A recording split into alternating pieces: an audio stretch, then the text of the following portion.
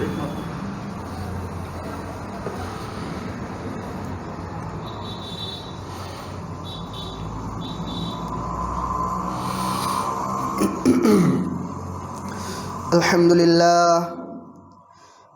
لله نحمده ونستعينه ونستغفره ونؤمن به ونتوكل عليه ونعوذ بالله من شرور أنفسنا ومن سيئات أعمالنا من يهده الله فلا مضل له ومن يضلل فلا هادي له وأشهد أن لا إله إلا الله وأشهد أن محمدا عبده ورسوله يا أيها الذين آمنوا اتقوا الله حق تقاته ولا تموتن إلا وأنتم مسلمون يا أيها الناس اتقوا ربكم الذي خلقكم من نفس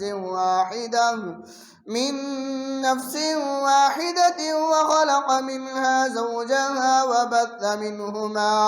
وبث منهما رجالا كثيرا ونساء واتقوا الله الذي تساءلون به والأرحام إن الله كان عليكم رقيبا يا أيها الذين آمنوا اتقوا الله وقولوا قولا سديدا يصلح لكم أعمالكم ويغفر لكم ذنوبكم ومن يطع الله ورسوله فقد فاز فوزا عظيما أعوذ بالله من الشيطان الرجيم من همزه ونفخه ونفسه بسم الله الرحمن الرحيم قال الله تعالى ولنبلونكم بشيء من الخوف والجوع ونقص من الأموال والأنفس والثمرات وبشر الصابرين وقال الله تعالى أحسب الناس أن يتركوا أن يقولوا آمنا وهم لا يفتنون وقال الله تعالى وما خلقت الجن والإنس إلا ليعبدون وقال رسول الله صلى الله عليه وسلم يا أيها الناس قولوا لا إله إلا الله تفلحوا إلى آخر الآية رب اشرح لي صدري ويسر لي أمري واحلل عقدة من لساني يفقهوا قولي رب زدني علما رب زدني علما رب زدني علما تمام قسم کی تعریف توصیف حمد و ثنا بزرگی بڑائی جاہ و جلال عظمت و شوکت اس اللہ رب العالمین کے لیے لائق اور زیبا ہے جو ہمارا خالق مالک رازق مدبر ہمارے تمام چیزوں کا دیکھنے والا پورا کرنے والا وہی رب العالمین ہے، جس کی میں اور آپ جتنی بھی تعریف بیان کر لیں، دنیا کے تمام وسائل مہیا کر کے ہماری جتنی طاقت ہے ہم سب مل کر رب کی تعریف بیان کرنا چاہیں، اس کی شان، اس کی عظمت، اس کی بڑائی، تو ہم کمزور ہیں، بے بس ہیں، لاچار ہیں، مجبور ہیں، اللہ کی بڑائی بیان نہیں کر سکتے۔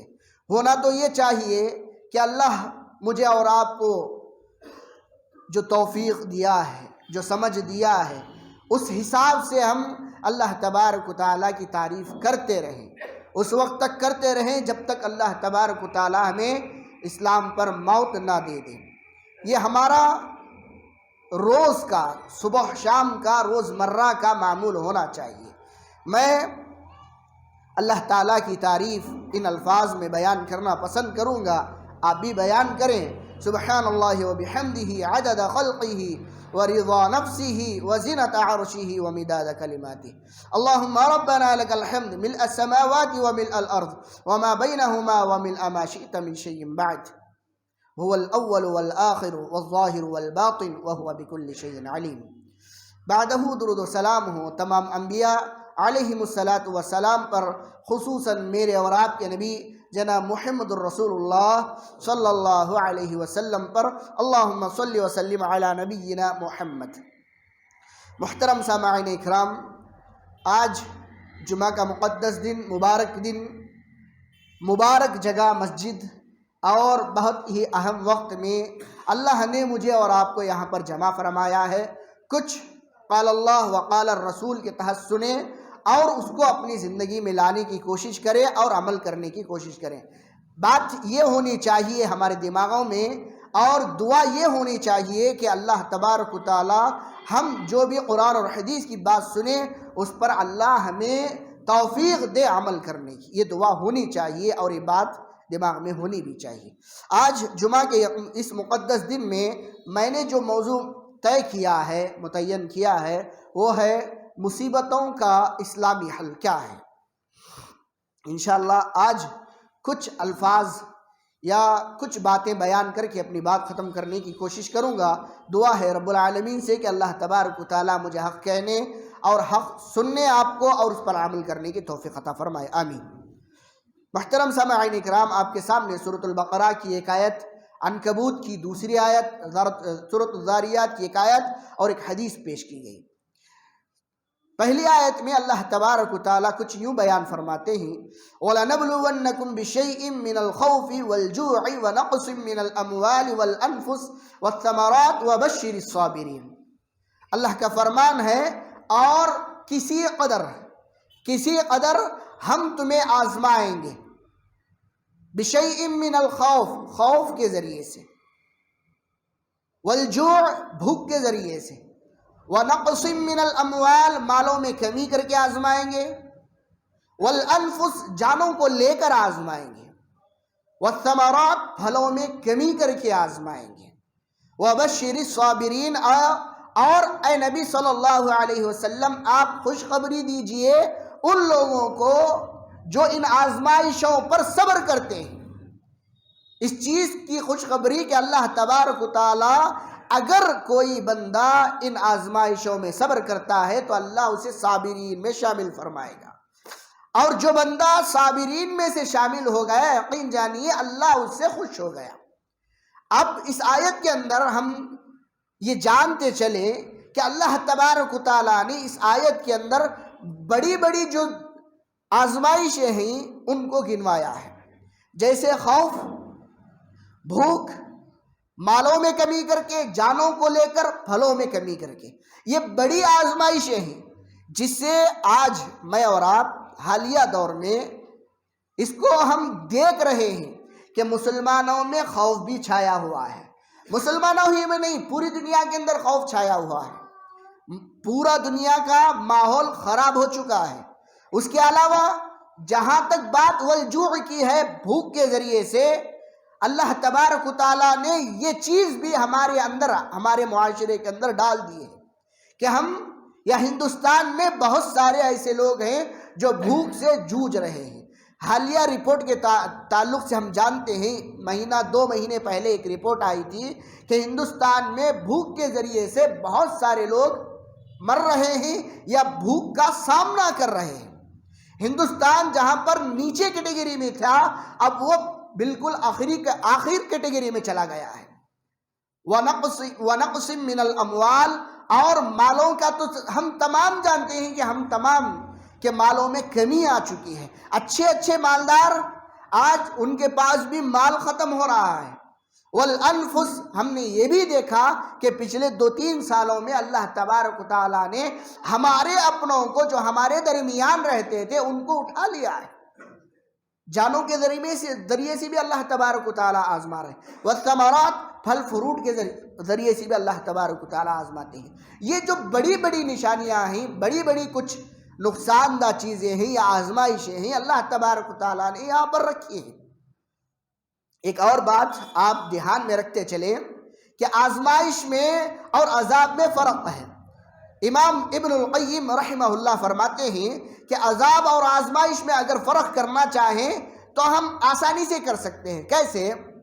اللہ تبارک و تعالیٰ نے یہاں پر مومنوں کا ذکر کرتے ہوئے کہا کہ اور کسی قدر ہم تمہیں آزمائیں گے، یعنی مومنوں کو آزمایا جائے گا، کافروں پر عذاب ہوگا۔ جو بھی مصیبت آتی ہے، اگر کوئی مصیبت کسی بندے پر آئے، وہ بندہ اللہ تبارک و تعالیٰ کے دربار میں آتا ہے، اللہ سے اس مصیبت کو سامنے رکھتا ہے اللہ تبارک و تعالیٰ کے، تو سمجھ جائیے کہ ایسے بندے پر آزمائش آئی ہوئی ہے۔ اب ایک بندہ مصیبت آئی ہوئی ہے، وہ بندہ اللہ تبارک و تعالیٰ کو چھوڑ دیتا ہے، اللہ تبارک و تعالیٰ سے نہیں مانگتا، اللہ تبارک و تعالیٰ کے دربار میں نہیں آتا، یقین جانیے ایسے بندے پر امام ابن القیم رحمہ اللہ کہتے ہیں کہ ایسے بندے پر عذاب آیا ہوا ہے۔ اور دیکھیے، عذاب میں بندہ دنیا میں بھی ہلاک ہوتا ہے، برباد ہوتا ہے، آخرت میں بھی ہلاک اور برباد ہو جائے گا۔ لیکن آزمائش میں ایسا نہیں ہوتا۔ آپ آدم علیہ السلام سے لے کر نبی صلی اللہ علیہ وسلم، صحابہ، سلف صالحین، جو بھی آج کے مومنین بھی جو معاشرے میں پائے جاتے ہیں، آپ ان کو دیکھ لیں کہ آزمائش میں وقتی طور پر ان کا نقصان ہوگا ضرور، لیکن وہ ہلاک اور برباد نہیں ہوں گے۔ انبیاء علیہ السلام کی کئی واقعات ہم سنتے ہیں، ان پر کیسی کیسی مصیبتیں آئیں، آزمائشیں آئیں، لیکن اللہ تبارک و تعالیٰ نے ان کو ان آزمائشوں میں کامیاب کیا۔ بندے کو صبر کرنا ضروری ہے، اور جو مصیبت پہنچتی ہے یہ ایمان رکھنا ضروری ہے کہ یہ اللہ کے جانب سے آئی ہے، اللہ نے نازل کی ہے، اللہ ہی اس کو دور کرے گا۔ ضرورت یہ ہے کہ ہم اس چیز پر یقین رکھیں، ایمان رکھیں، اور اللہ تبارک و تعالیٰ کی مدد چاہیں، تبھی چل کر وہ آزمائش ہمارے لیے اچھائی کا سبب بنے گی، نجات کا ذریعہ بنے گی۔ اگر آزمائش میں یا مصیبت میں بندہ اللہ کے دربار میں نہیں آتا، اللہ سے مانگتا نہیں، اللہ سے پوچھتا نہیں، یقین جانیے وہ عذاب میں مبتلا ہے۔ اب آئیے بلا کسی تاخیر میں آپ کو اپنے عنوان کی طرف لے جاؤں۔ یہاں پر جو مصیبتوں کا یا جو آزمائشوں کا ذکر کیا گیا ہے، یہ ظاہری چیزیں ہیں، ظاہری مصیبتیں ہیں۔ اگر دیکھا جائے تو انسان کے پاس باطنی مصیبتیں بھی ہیں، باطنی پریشانیاں بھی ہیں۔ کیسے؟ اللہ کے نبی صلی اللہ علیہ وسلم کو جب نبی بنا کر مبعوث کیا گیا، اس وقت جو سب سے بڑی مصیبت تھی کفر ضلالت کی تھی۔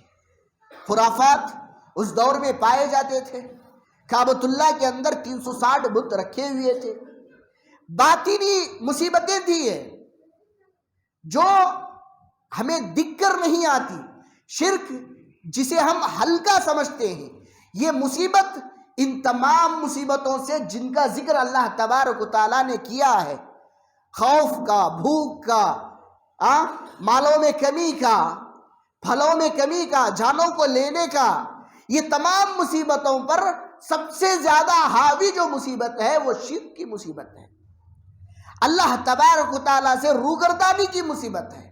نبی کریم صلی اللہ علیہ وسلم جس وقت مبعوث کیے گئے نبی بنا کر، اس وقت دین عیسوی پر یا عیسیٰ علیہ السلام کے دین پر عمل کرنے والے اکا دکا لوگ توحید پرست اس دنیا کے اندر تھے، جیسے ورقہ بن نوفل وغیرہ۔ وگرنہ اگر دیکھا جائے تو پوری دنیا کفر میں، شرک میں مبتلا تھی، اللہ کو مانتے بھی تھے لیکن اللہ کے ساتھ ساتھ دوسروں کو شریک بھی کرتے تھے۔ اس کا مطلب یہ ہے کہ اللہ تبارک و تعالیٰ آزمائیں گے ضرور، اللہ تبارک و تعالیٰ مصیبتیں بھیجیں گے ضرور۔ ان مصیبتوں سے لڑنا یا اس پر صبر کرنا ہمارا فرض ہے، اور یقین اور ایمان رکھنا کہ اللہ کے جانب سے آئے ہیں یہ عقیدہ رکھنا بھی ضروری ہے۔ اور ان مصیبتوں کا حل کیا ہے؟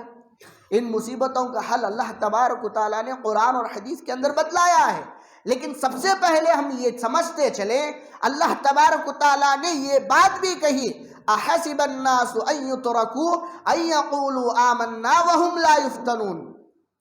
کیا لوگوں نے یہ سمجھ رکھا ہے کیا لوگوں نے یہ سوچ رکھا ہے کہ ان کے یہ کہہ دینے سے کہ ہم ایمان لائے انہیں چھوڑ دیا جائے گا، انہیں آزمایا نہیں جائے گا، فتنوں میں مبتلا نہیں کیا جائے گا؟ اللہ تبارک و تعالیٰ نے یہ بات صاف صاف کہی، سورۃ العنکبوت کی آیت نمبر 2 میں ہے، آپ دیکھ لیجئے اٹھا کر۔ اس کا مطلب یہ ہے کہ مصیبتیں آئیں گی ضرور، مصیبتوں سے ایک مسلمان کا سامنا ہوگا ضرور، مسلمان ہے تب بھی ہوگا، کافر ہے تب بھی ہوگا، لیکن میرے اور آپ کے لیے سبق یہاں پر یہ ہے کہ آج ہم جن مصیبتوں سے آمنا سامنا کر رہے ہیں، جو خوف کا ماحول ہمارے یہاں چھایا ہوا ہے، جو بھوک ہمارے اندر پائی جاتی ہے، جو مال ہمارے میں سے ختم ہو چکا ہے، ہمارے میں سے بہت سارے ایسے لوگ ہیں جسے ہم چاہتے تھے، اللہ تبارک و تعالیٰ نے انہیں اپنے پاس بلایا ہے، اور کھانے کی جو اقسام ہیں پھل فروٹ وغیرہ کی شکل میں، اسے اللہ تبارک و تعالیٰ نے کم کر دیا ہے، اسی لیے قیمتیں تمام کی تمام بڑھ چکی ہیں۔ دیکھیے محترم سامعین اکرام، مصیبتیں رہیں گی، یہ اللہ تبارک و تعالیٰ کی سنت ہے۔ اللہ تبارک و تعالیٰ نے ہر دور میں ہر نبی کو، یہاں تک کہ آدم علیہ السلام کو بھی آزمایا، اس سے کوئی چھوٹ نہیں سکتا۔ اگر ایک مسلمان ہے، مصیبتیں آ رہی ہیں، صبر کرتا ہے، اللہ کا فیصلہ سمجھ کر اس پر قائم رہتا ہے، تو ایسا انسان اگر وقتی طور پر نقصان میں آ بھی جائے تو اللہ تبارک و تعالیٰ دنیا میں آنے والے دنوں میں اس کو فائدہ پہنچائے گا، اگر نہیں بھی ملا اس دنیا کے اندر، آخرت میں ضرور ملے گا۔ آزمائش کا ایک اور انجام یہ بھی ہے کہ آزمائش میں کوئی بندہ برباد نہیں ہوتا، کسی بھی ناحیے سے نقصان ضرور ہوتا ہے لیکن برباد نہیں ہوتا۔ مصیبتیں تو ہر ایک کو آنی ہیں، زندگی مسلسل جدوجہد کا نام ہے، بندہ وہی کامیاب ہے جو اپنی بندگی میں اللہ تبارک و تعالیٰ کو پالے، اللہ تبارک و تعالیٰ کو خوش رکھے، اللہ تبارک و تعالیٰ کو خوش کر کے اس دنیا سے جائے، وہی کمال ہے۔ آ رہے ہیں اور جا رہے ہیں یہ کمال نہیں ہے، آ رہے ہیں اور زندگی کما رہے ہیں یہ کمال نہیں ہے، آ رہے ہیں زندگی کی تمام چیزیں حاصل کر رہے ہیں مصیبتوں کی، پریشانیوں میں کی، لیکن ایسے ہی اپنی زندگی ختم ہو رہی ہے، یہ کمال نہیں ہے۔ کمال اس وقت ہے جب بندہ اپنی بندگی کو ثابت کرے اللہ تبارک و تعالیٰ کو خوش کرنے کے لیے، تبھی چل کر ہماری اس زندگی کا ایک کامیاب سفر کہلائے گا۔ محترم سامعین اکرام، آپ دیکھ لیں، میں نے یہ بات کہی کہ یہ اللہ کی سنت ہے کہ اللہ تبارک و تعالیٰ مومنوں کو آزماتے ہیں۔ کیسے؟ سب سے بڑی مثال ہمارے سامنے اللہ کے نبی صلی اللہ علیہ وسلم کی ہے۔ جب اللہ کے نبی صلی اللہ علیہ وسلم کو 40 سال میں نبوت دی گئی، نبی بنایا گیا، انفرادی دعوت کا سلسلہ شروع ہوا، کچھ سال انفرادی دعوت کی اللہ کے نبی صلی اللہ علیہ وسلم، لیکن حکم آیا اللہ تبارک و تعالیٰ کی طرف سے کہ آپ جاؤ اعلانیہ طور پر توحید کی دعوت دو۔ اعلانیہ طور پر گئے، صفا پہاڑی پر چڑھے، کہا، سب کو بلایا، اپنے اپنے تمام قبیلوں کو بلایا، بلا کر کہا، یا ایھا الناس قولوا لا الہ الا اللہ تفلحوا، اے لوگوں کہو لا الہ الا اللہ، اللہ کے سوا کوئی حقیقی معبود نہیں، کامیاب ہو جاؤ گے۔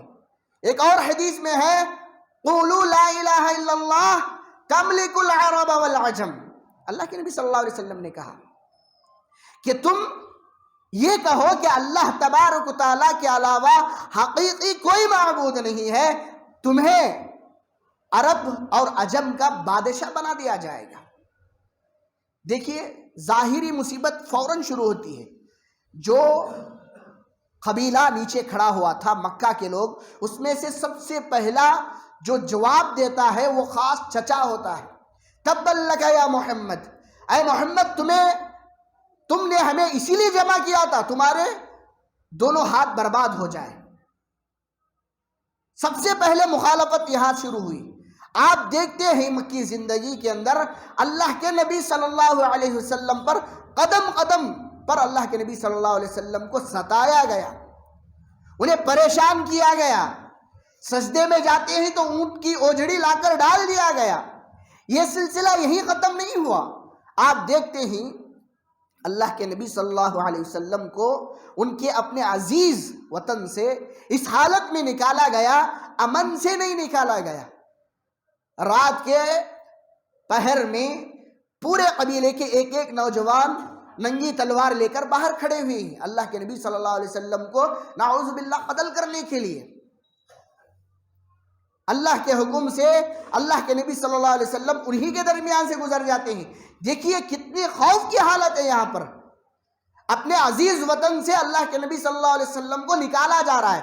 آپ یہ تصور کیجئے، بے سر و سامانی کے عالم میں اللہ کے نبی صلی اللہ علیہ وسلم نکالے جا رہے ہیں، کچھ بھی سامان نہیں ہے، زاد راہ ابو بکر رضی اللہ عنہ جمع کر رہے ہیں۔ اس کے علاوہ آپ اپنی زندگی پر تصور کر کے دیکھیے، پچھلے 2 سال یا 3 سال پہلے مسلمانوں کو اس ملک سے نکلنے کے لیے کہا جا رہا تھا۔ آپ خود بھی پروٹیسٹ وغیرہ میں حصہ لیے ہوں گے۔ آپ کو اب یہ کہا جائے کہ آپ ادھر سے نکل جائیے، کہ آپ نکل سکتے ہیں؟ آپ اپنے آپ سے سوال کیجئے، بے سر و سامانی کے عالم میں آپ کو نکالا جا رہا ہے، کیا آپ نکل جائیں گے؟ اللہ کے نبی صلی اللہ علیہ وسلم پر یہ بھی مصیبت آئی، یہاں تک کہ اللہ کے نبی صلی اللہ علیہ وسلم وہاں سے نکل گئے، غار میں جا کر چھپے، مسلسل 3 دنوں تک انہیں تلاش کیا گیا اللہ کے نبی صلی اللہ علیہ وسلم کو۔ اور یہ سلسلہ مصیبتوں کا یہیں پر نہیں رکتا۔ آپ دیکھیں گے مدنی زندگی کے اندر ایک ہی سال گزرا تھا، مشرکین فوج لے کر آ گئے، جنگ بدر اسی سلسلے میں ہوئی۔ جنگ احد میں اللہ کے نبی صلی اللہ علیہ وسلم کے داتاؤں کو شہید کیا گیا، اللہ کے نبی صلی اللہ علیہ وسلم کو ایک گڑھے میں گرا دیا گیا۔ یہ کوئی معمولی مصیبتیں نہیں تھی، پریشانیاں نہیں تھی۔ آپ یہ بھی دیکھیں گے جنگ خندق میں اللہ کے نبی صلی اللہ علیہ وسلم خندق کھود رہے ہیں، صحابہ کے پیٹ پر 1 پتھر بندھا ہوا ہے، نبی صلی اللہ علیہ وسلم کے پیٹ پر 2 پتھر بندھے ہوئے۔ مصیبتیں اللہ کے نبی صلی اللہ علیہ وسلم کی موت تک تھی۔ کیا وہ مصیبتوں کی وجہ سے ہلاک ہوئے، برباد ہوئے؟ نعوذ باللہ من ذالک۔ آپ سوچئے، تھوڑا سوچ کر دیکھیے، اللہ کے نبی صلی اللہ علیہ وسلم کا مسئلہ یہاں پر بیان ہو رہا ہے، کن چیزوں کو لے کر؟ مصیبتوں کو لے کر۔ اللہ کے نبی صلی اللہ علیہ وسلم کی زندگی میں سکرات کے بھی عالم میں ہی تو بڑی مصیبت میں مبتلا ہے۔ کیا کہتے ہیں؟ انبیاء کو جو سکرات لگتی ہے وہ عام لوگوں سے الگ ہوتی ہے، یعنی عام لوگوں کو سکرات میں جو تکلیف ہوتی ہے اس سے کئی گنا زیادہ تکلیف، مصیبت کسے پہنچتی ہے؟ انبیاء کو پہنچتی ہے۔ اس کا مطلب یہ ہے کہ مصیبتوں میں جو سب سے زیادہ ایمان میں مضبوط ہوگا اس کو مصیبتیں زیادہ آئیں گی۔ اللہ نے یہ کہا کہ صرف ہم ایمان لائے اتنا کہنے سے نہیں چھوڑ دیا جائے گا، ایمان لانا کافی نہیں ہے۔ آگے میں بتاؤں گا کیوں کافی نہیں ہے۔ اللہ تبارک و تعالیٰ آزمائیں گے ضرور۔ اب آئیے اس کا سد پاک کیسے کر سکتے ہیں؟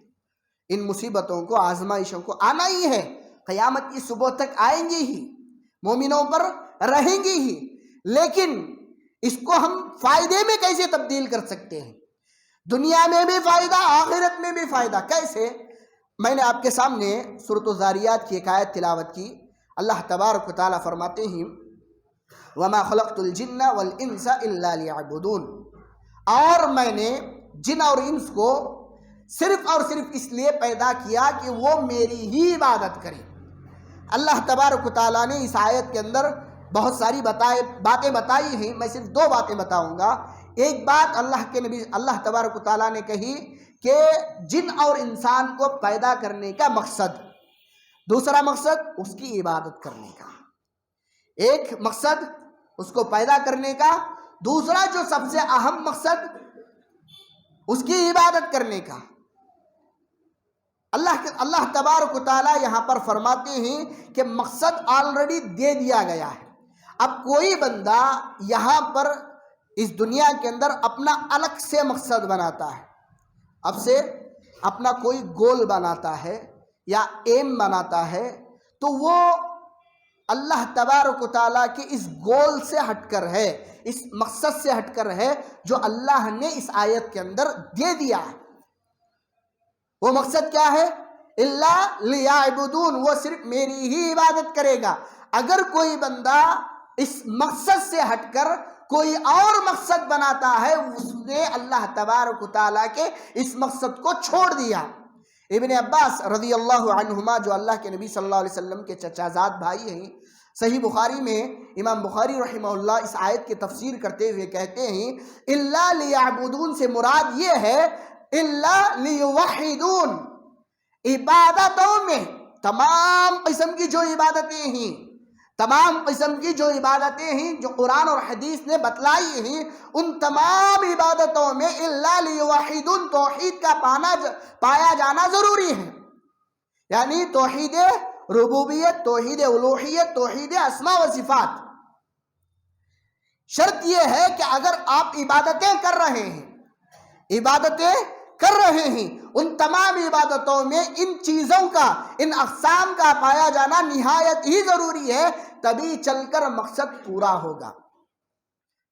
اگر دیکھا جائے تو دنیا کے اندر کچھ لوگوں کو چھوڑ کر، جو کسی کو بھی نہیں مانتے، جسے ہم ناستک وغیرہ کہتے ہیں، ان کو چھوڑ کر پوری دنیا عبادت کر رہی ہے۔ پوری دنیا، یہودی بھی عبادت کر رہے ہیں، عیسائی بھی، ہندو بھی، مسلمان بھی، مسلمانوں میں جو کئی فرقے پائے جاتے ہیں وہ بھی عبادت کر رہے ہیں۔ اب اگر آپ جا کر ان سے ڈائریکٹ یہ کہیں گے کہ آپ کی عبادت قبول نہیں ہے، آج کل ہندوستان میں ایسا چل رہا ہے ماحول، اگر آپ جا کر یہ بولیں گے تو فوراً آپ کو قتل کر دیں گے۔ پہلے لوگ پوچھتے تھے کیوں بول رہے ہو بھائی، اب نہیں پوچھیں گے، اب سیدھا قتل کر دیں گے۔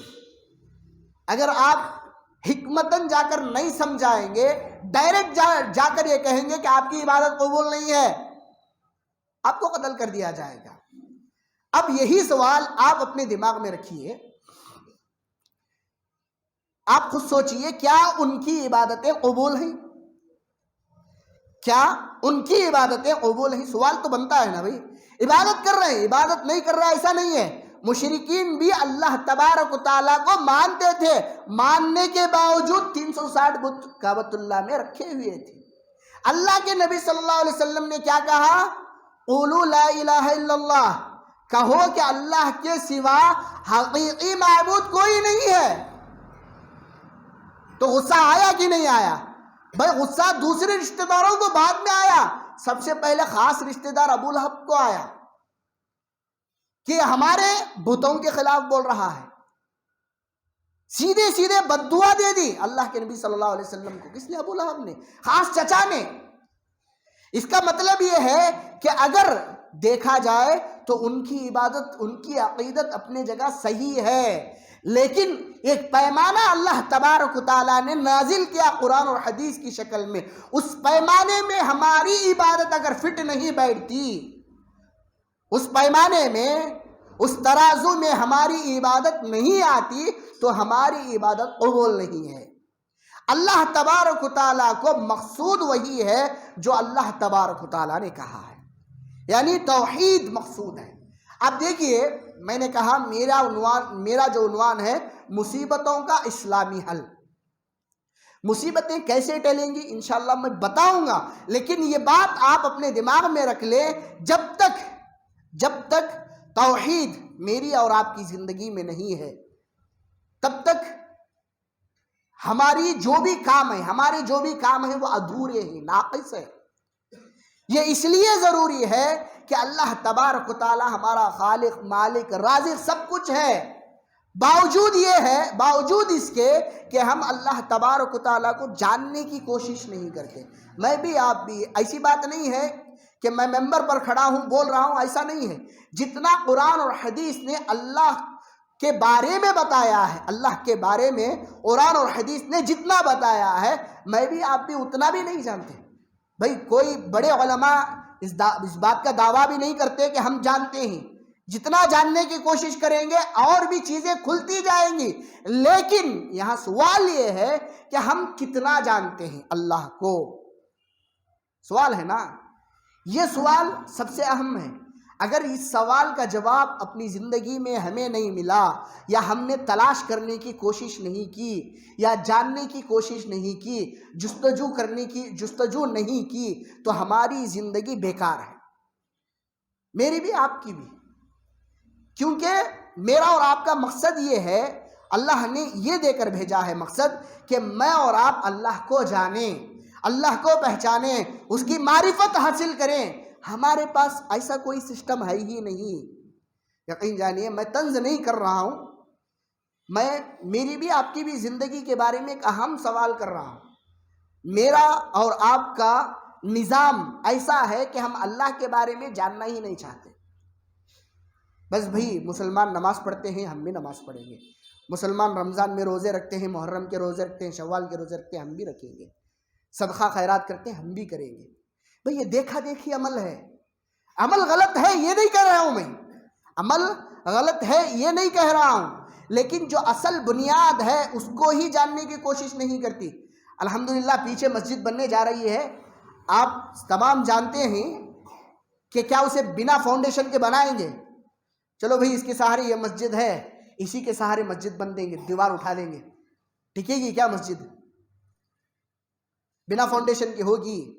مسجد ہے نا نیک، یہ بھی مقدس جگہ ہے، آگے بننے والی بھی مقدس جگہ ہے۔ مقدس جگہ کو صرف مقدس چیز سے ٹچ کر دیں گے کافی ہے کیا؟ مقدس کام ہے نماز پڑھنا، ایک پڑھ رہا ہے بندہ، اسے دیکھ کر ایک اور بندہ پڑھ رہا ہے، چلو اس کے ذریعے سے ٹچ کرتے ہوئے آ جائیں گے، اس کے ساتھ آ جائیں گے، غلط نہیں ہے، نیکیاں ضرور ملیں گی، لیکن کیا ہم نے کبھی بنیاد کو جاننے کی کوشش کی؟ اللہ تبارک و تعالیٰ کو جاننے کی کوشش کی، دین کو جاننے کی کوشش کی، رسول کو پہچاننے کی کوشش کی؟ نہیں، ہماری زندگی میں ایسا کوئی سسٹم ہے ہی نہیں۔ الحمدللہ ہمارے اس گاؤں کے اندر علماء کی کثرت ہے۔ ہمارے گاؤں کو، ہرپنلی کو کیا کہا جاتا ہے پتہ ہے؟ علماء کا شہر کہا جاتا ہے۔ کس کا؟ علماء کا شہر کہا جاتا ہے۔ الحمدللہ ہمارے گاؤں میں علماء پائے جاتے ہیں۔ کبھی آپ نے یا میں نے کوشش کی کہ جائے توحید سیکھے، اللہ کے بارے میں معلوم کرنے کی کوشش کریں؟ آپ اپنے آپ سے پوچھئے، میں نہیں کہوں گا کہ آپ نے نہیں کیا، میں کہوں گا تو غلط ہو جائے گا شاید۔ یہ سب سے اہم سوال ہے اپنی زندگی کا۔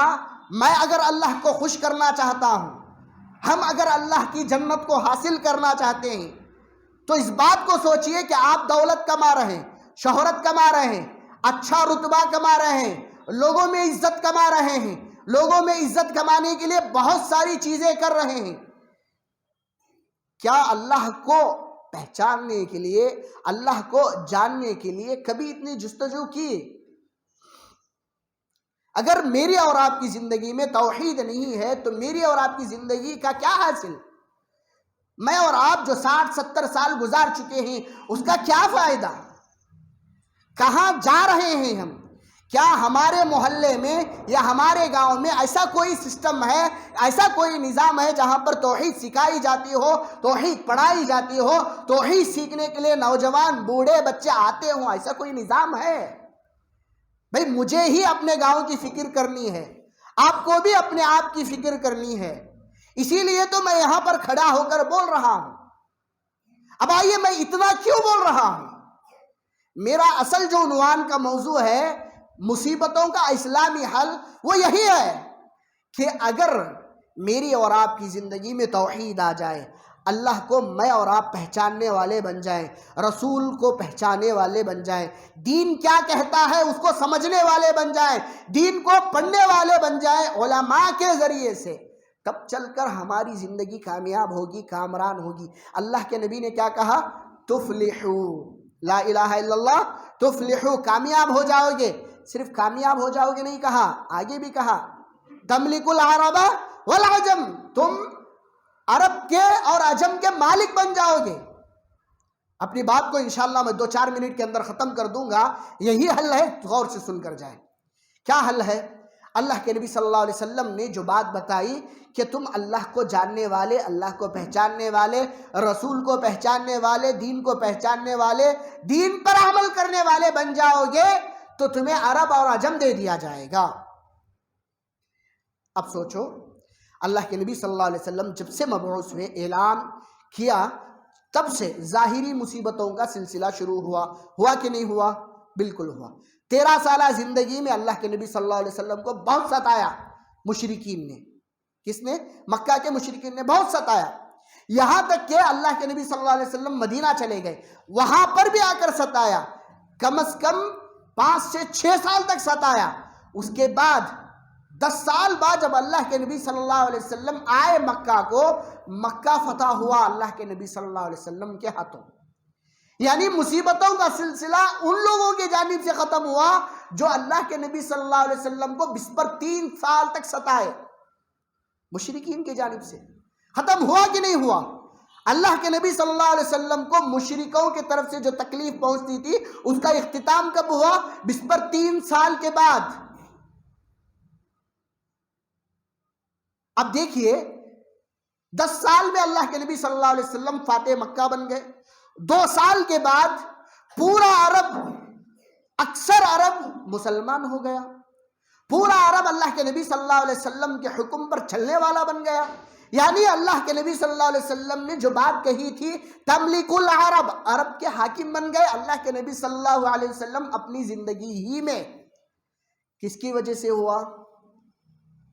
سوال پیدا ہوتا ہے بھائی، کس کی وجہ سے ہوا؟ اللہ کے نبی صلی اللہ علیہ وسلم اپنی 13 سالہ زندگی میں کس چیز کی طرف بلائے؟ توحید کی طرف۔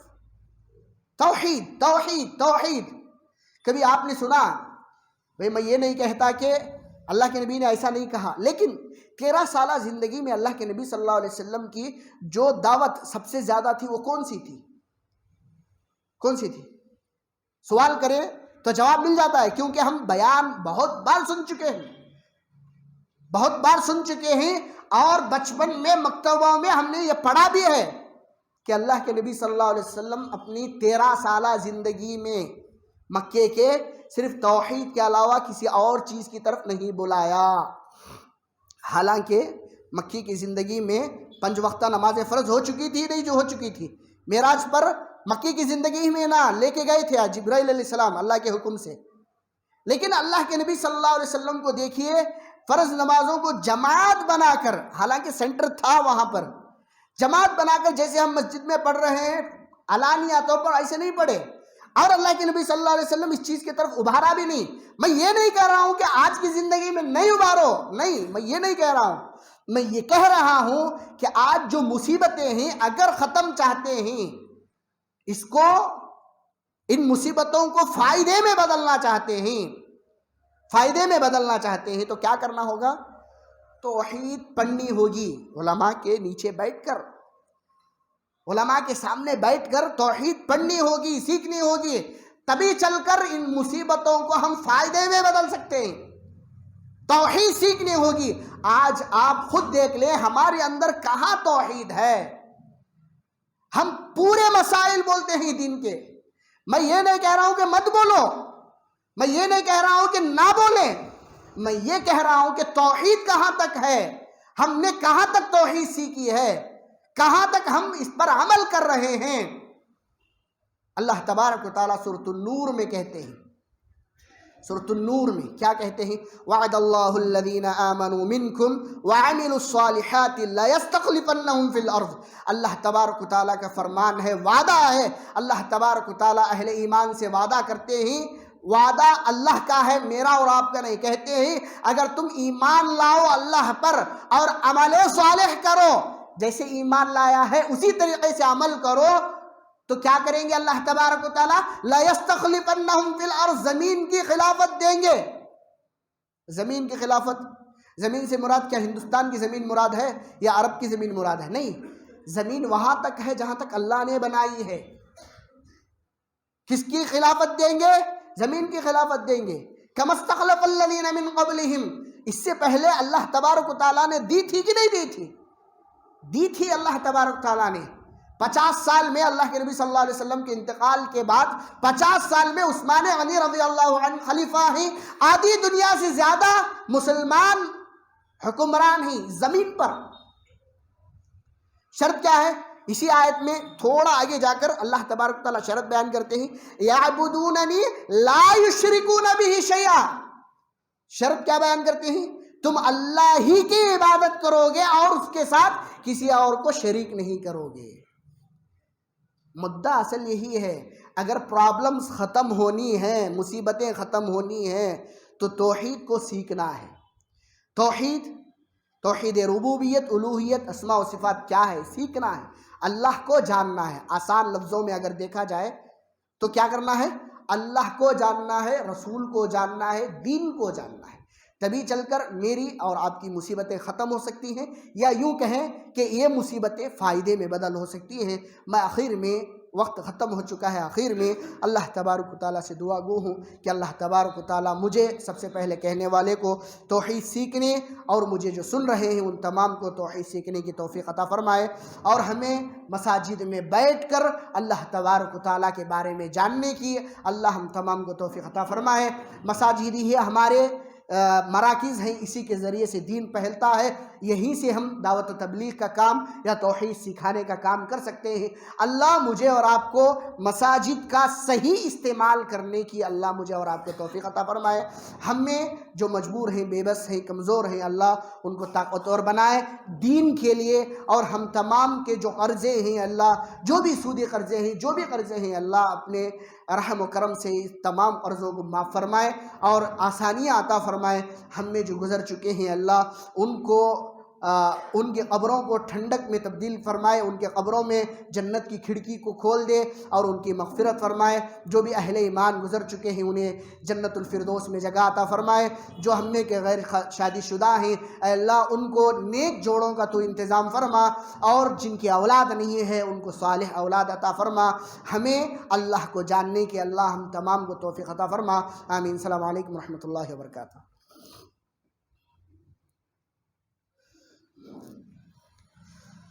الحمد لله نحمده ونستعينه ونستغفره ونؤمن به ونتوكل عليه ونعوذ بالله من شرور أنفسنا ومن سيئات أعمالنا، من يهده الله فلا مضل له ومن يضلل فلا هادي له، وأشهد أن لا إله إلا الله وأشهد أن محمدا عبده ورسوله، أما بعد، إن الله وملائكته يصلون على النبي، يا أيها الذين آمنوا صلوا عليه وسلموا تسليما، اللهم صل على محمد وعلى آل محمد كما صليت على إبراهيم وعلى آل إبراهيم إنك حميد مجيد، اللهم بارك على محمد وعلى آل محمد كما باركت على إبراهيم وعلى آل إبراهيم إنك حميد مجيد، ربنا تقبل منا إنك أنت السميع العليم وتب علينا إنك أنت التواب الرحيم، سبحان ربك رب العزة عما يصفون وسلام على المرسلين والحمد لله رب العالمين، آمين۔